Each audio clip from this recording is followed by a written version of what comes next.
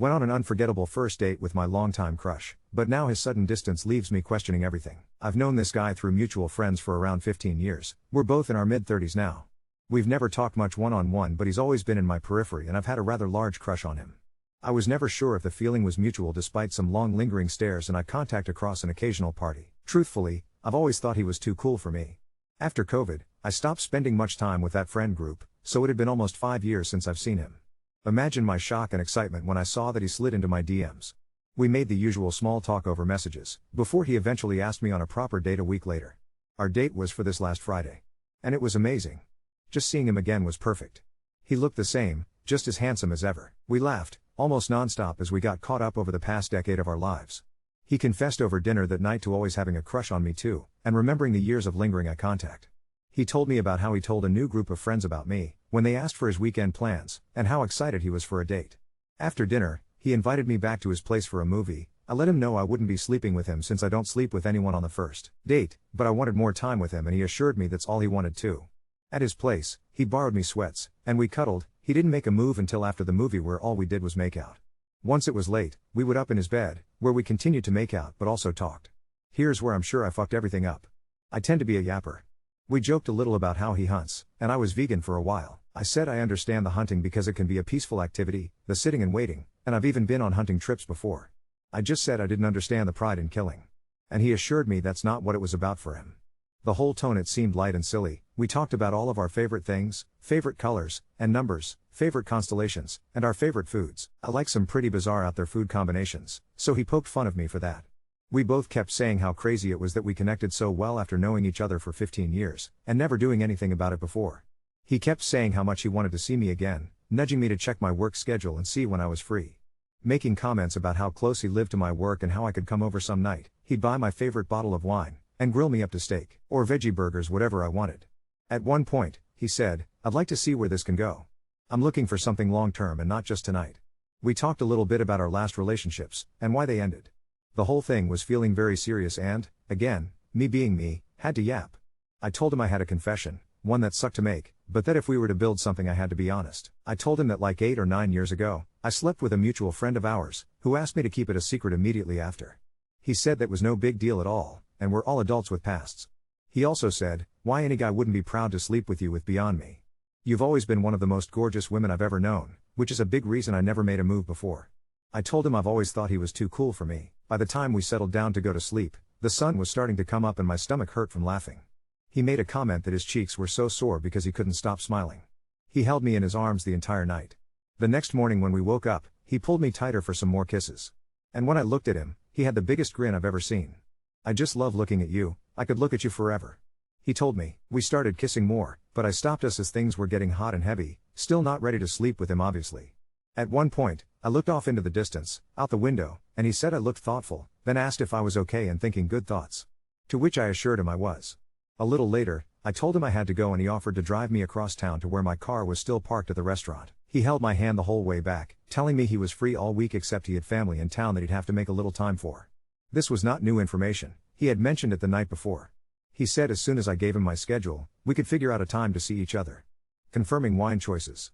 At one point, I complained about traffic, and he held my hand tighter saying he was just happy to have more time with me. When we got to my car, he gave me several kisses. Even when I pulled away, he grabbed me and kissed me more. I told him I'd confirm my work schedule when I got home and texted to him right away. I had no doubt in my mind that I'd see him again, and soon. I did what I said, and texted him my schedule when I got home. But I didn't hear back. So I texted him later in the evening and his reply was polite but not flirty. Here's where I made another possible mistake. I asked my sister for advice on what to text him. I was excited and wanted to ask him out again. She didn't think I should. I sent him a text that started with "Okay fine, I'll just say this to him instead." New version, and I didn't realize I left that note to my sister in the text. He replied but didn't call out my mistake, so I never caught it, and never got to explain. We sent a few more texts back and forth, and he never confirmed the evenings I told him I was free. Then the next day he had a family emergency regarding the family here to visit. And has been checked out ever since. He did go into vague detail, and I told him to let me know if he needs anything. I reaffirmed that I would like to see him again, but I said to take his time with his family stuff in the meantime. The last text I got from him was Monday. "Hey gorgeous, more details about the family emergency," and ending with, "I'd love to see you again, but I'm not sure when that will be as I'm a bit anxious right now." The last thing either of us said, was my response to that. I understand. Wishing your family well. Now I'm feeling confused. I can't imagine anyone lying about the type of family emergency he explained. But also, it's nothing that should keep him this preoccupied, so I can't help but think that maybe, just maybe, he exaggerated things to get out of seeing me again. Unless it's a rare worst case scenario. I'm obviously blaming myself now for the date. Being a little too honest, a little too quirky, and poking fun a little too much involving the hunting thing. I'm looking back and searching for signs on what I did wrong. That's when I found the glaring text mistake. I never get this wrapped up in a first date. I think part of it is that I had always secretly hoped that I would get the chance to go on a date with him, and I feel like now the experience and the build-up of 15 years came and went so fast, that part of me almost wishes that it never happened at all. The date itself lived up to all of the expectations I had and then some, and I so believed the feelings were mutual, but now it feels like I'm in the center of a very strategic slow fade. And it's devastating. I feel like I'm mourning an idea, a what if that I held on to for a long time. Update 1. I genuinely didn't think I'd have an update so soon, or at all if I'm being honest. I was feeling pretty good all day yesterday about my resolve to not text him. I went to work, to the gym, and while I was sad, I didn't let myself mope. In the evening, I got a text. Not from him but from my ex whom I dated 10 years ago. We're still close and talk often. He's one of the most jaded, realist people I know, and never sugarcoats anything for me. If I can count on one person to truly tell me how it is, even if it hurts, it's him. I explained a bit of my situation to him. Told him about the date, the immediate aftermath, and the family emergency without going into many details. Again, I want to respect his family's privacy because I never doubted the validity of the story, just the severity with the timing. His advice? Text the man. Actually, his exact words were, modern dating is crap, but you don't have to be. You believe the family emergency, so who cares if he's just not that into you? Show up and support him, because that's what good people do, and you're a good person. So I did. I texted him asking for an update. Then offered to bring him beer from a local brewery, and pizza from the place he told me he loves, on my free night next week. To take his mind off things. I showed up with genuine care, intention, and a plan. And it worked. He texted back immediately, a long full update on the situation, an apology for leaving me hanging, and suggestions for pizza toppings. We texted late into the night, until it was me that finally suggested that we both go to bed. His texts were no longer just polite, but had a flirty edge again, and excitement. Obviously, I can't predict where things will go from here, but let this serve as a reminder that sometimes you should send that text. Leaving the ball in their court isn't always the best option. Update 2. Tonight was supposed to be simple. Drop off pizza, hand him a six-pack from the brewery, maybe sit on his couch for an hour and talk about nothing important. Instead, I walked into his building with 2 pies balanced on my forearm, the beard digging a strap into my shoulder, and the sound of a cartoon blaring from somewhere above me that did not sound like calm adult anxiety. His front door was cracked and warm light spilled into the hallway. I knocked with my foot and a little person I did not know barreled into my shins, yelled "Uncle!" behind me, and then blinked up at my face like I'd been part of the plan all along. He appeared from the kitchen in a faded t-shirt and joggers, hair damp like he'd just splashed water on his face. He grinned when he saw me, relief overtaking his features in a way that made my chest feel too small for my ribs. Then he clocked the entourage behind me, his niece, 2 harried-looking adults who had to be her parents, and a flurry of bags and shoes like a tiny tornado had landed at his place. He mouthed sorry and I shook my head because this already felt realer than any dimly lit bar.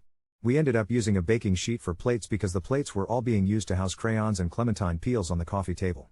He took the beers, popped 2, and we stood shoulder to shoulder at his counter while the chaos vibrated in the next room. He leaned his hip into mine and in that low voice I now realize he uses when the world is loud said, "I'm really glad you're here."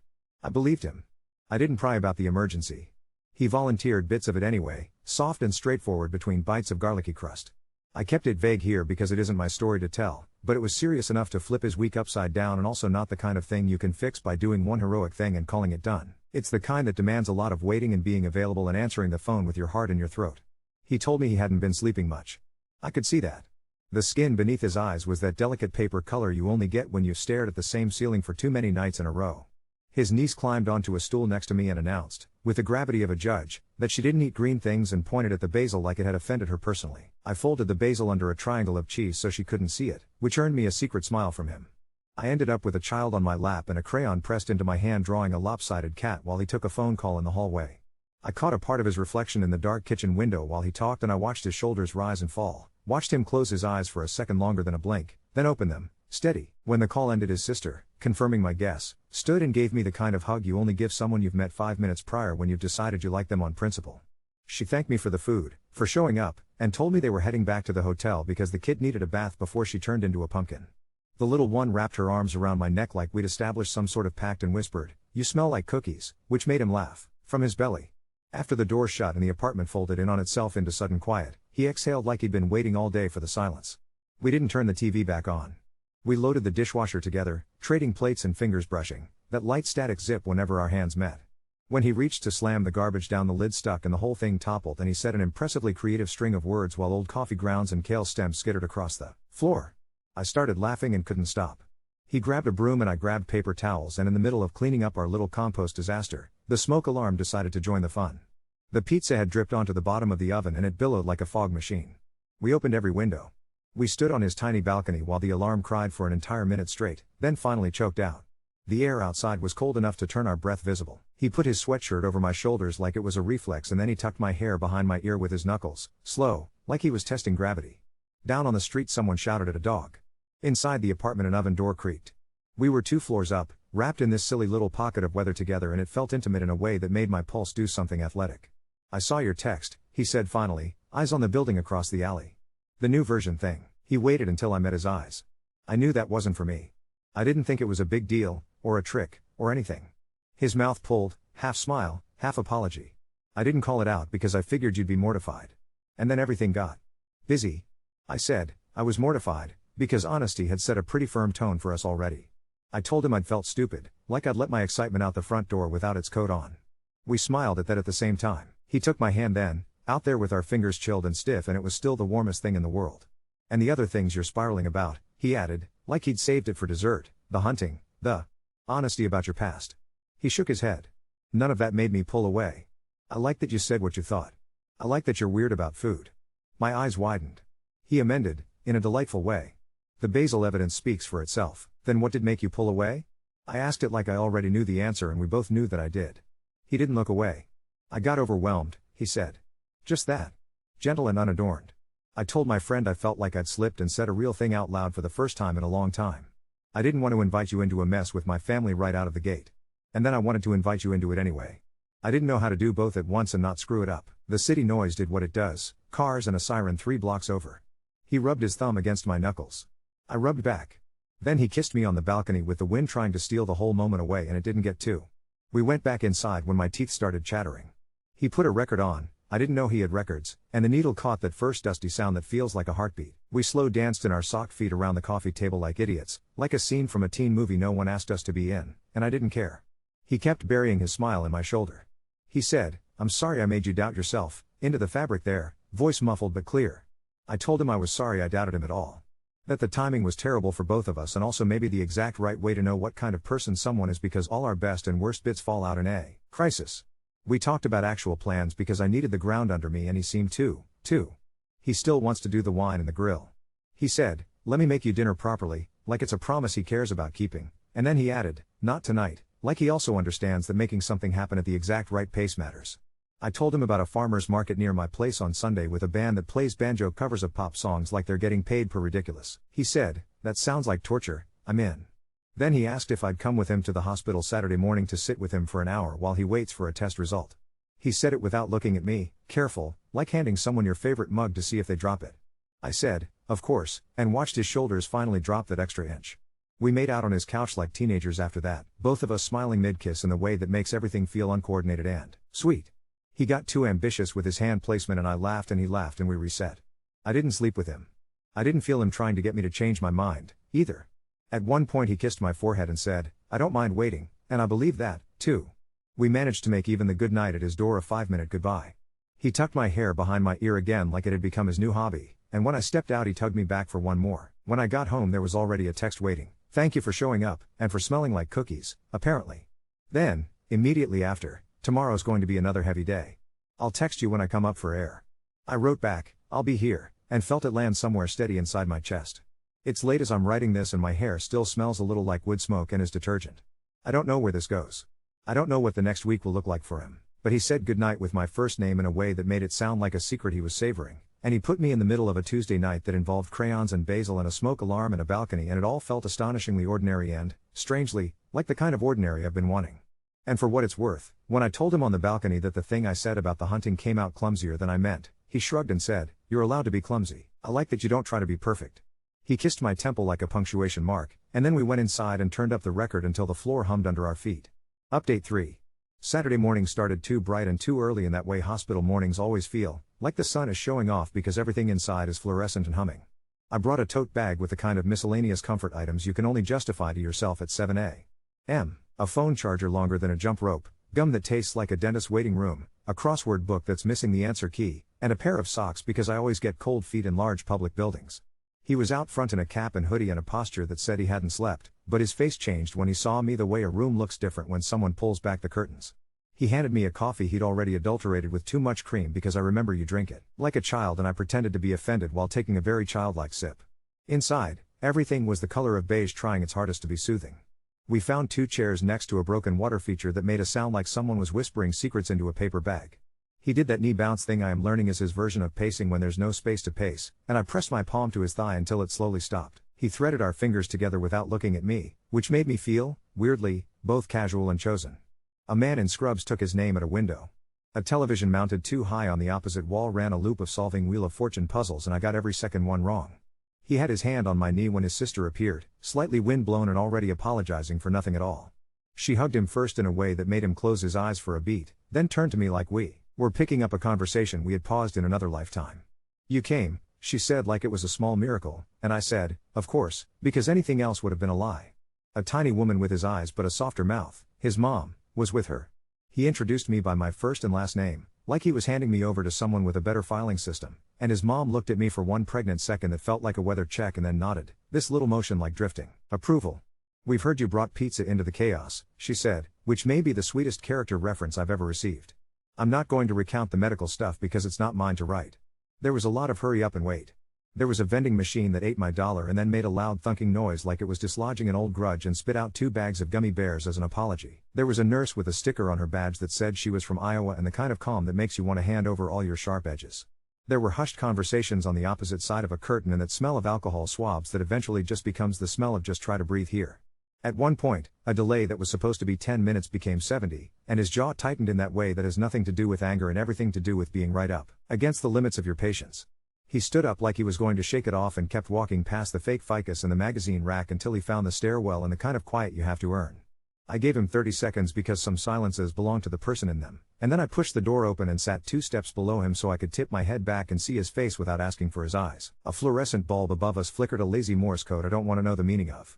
"I don't know how to do this part," he said, voice low, and if he meant the sitting still, the not fixing, the letting someone see you while you wait for news like the weather, then I knew exactly what he meant. I told him I'd wait badly with him. A laugh snuck out of him and then he folded down, elbows on knees, and the cap slid back so I could see the earnest slope of his forehead. He didn't cry because he doesn't seem like a man who cries often, but he pulled in one shaky breath that felt like a private thing, like watching someone take off a coat you didn't know was heavy until you helped them hold it. I put my palm at the base of his head and rubbed slow circles because that's what I do for myself when my bones forget how to do their job, and after a minute his shoulders dropped that last inch. The news when it came was not apocalypse, not champagne, it was the elephant everybody already knew was in the room sitting down instead of opening the front door and letting itself out. Plans were made for more plans. He nodded too much like he was trying to swallow instructions whole. His mother reached for his hand at the same time I did and our fingers jostled and then we both laughed because there are worse problems to have than too much support. We stepped outside after to air that felt like a kindness, the sun indecently joyful. He turned his face up into it and closed his eyes. He kissed my forehead in that careful way I'm beginning to think is just his, not for show, just to say I'm here, you're here. We did that together. We ended up at a diner with cracked vinyl and a waitress who called me honey with a cadence that took the sting out of all the fluorescent lights. He ordered a breakfast plate like he was carbo loading for a sport called Survive to Saturday. I asked for something that made him squint at me because I wanted cottage cheese on top of pancakes with hot sauce on the side, and don't ask me to explain it, it makes sense in my mouth. He tried it despite himself and then I watched his face rearrange because it wasn't bad, it was just weird, which as far as I'm concerned is a flavor profile. A song came on that had no business being sad at high noon and we went quiet partway through it the way you do when a thing knocks one of your bones and you're not sure which. He had to go back. The day wasn't done with him. He walked me to my car. There's a particular tenderness to the goodbye you say when there's still a whole day full of conversations attached to it, like you're both trying to be on your best behavior in case the universe is grating. He kissed me once like a period and once like an ellipsis and then tucked my hair behind my ear, that now familiar script. He texted me 3 hours later a photo of his niece asleep in a hospital chair with a blanket over her that I recognized as his hoodie, her little ribs visible in the rise and fall. "She stole my sweatshirt," he wrote, and then, "I wish you were here to steal the other one." Sunday tried to show off with blue sky and the kind of breeze that wants to be described as crisp. The farmer's market was exactly as ridiculous as I promised. A banjo cover band earnestly performing Bad Romance, a stand, selling artisan pickles with a chalkboard that said they were ethically assertive, a man with a mustache handing out samples of honey like he was baptizing the entire neighborhood. He looked happier and also tired in the way you only get after you've done your time in a waiting room, like your body has come back online but your brain is lagging a second behind. We circled produce like we were on a cooking show with a non-existent budget. He took the selection of peaches personally. He did that thing where you smell the crease by the stem and check the weight, and I told him he was a peach snob. He said he respected stone fruit, like this was a hill he was prepared to die on.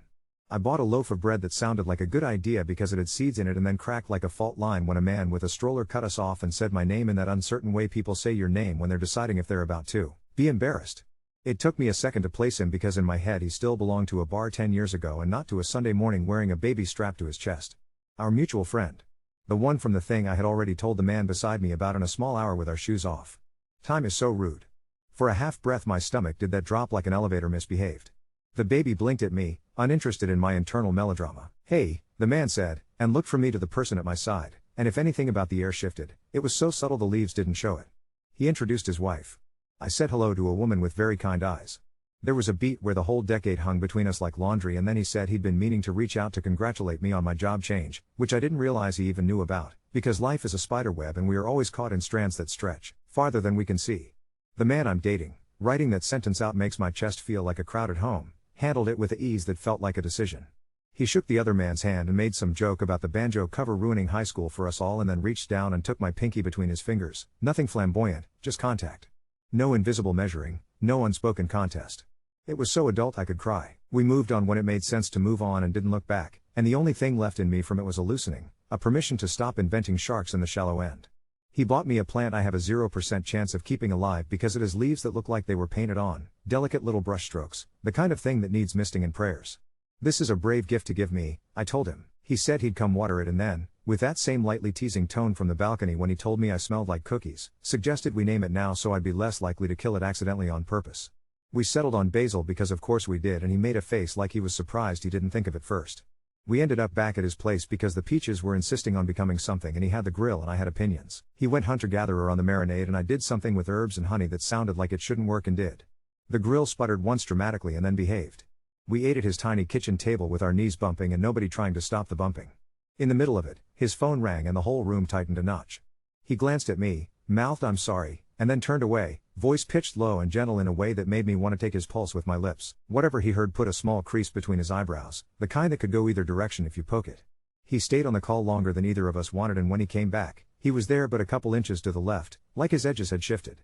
I stood up to clear plates because sometimes the only reasonable thing to do is soap and rinse, and let the sound of water be the thing that happens until another thing can happen. He came up behind me and put his hands on my hips, not to pull me in but to anchor himself, and rested his forehead between my shoulder blades for one beat.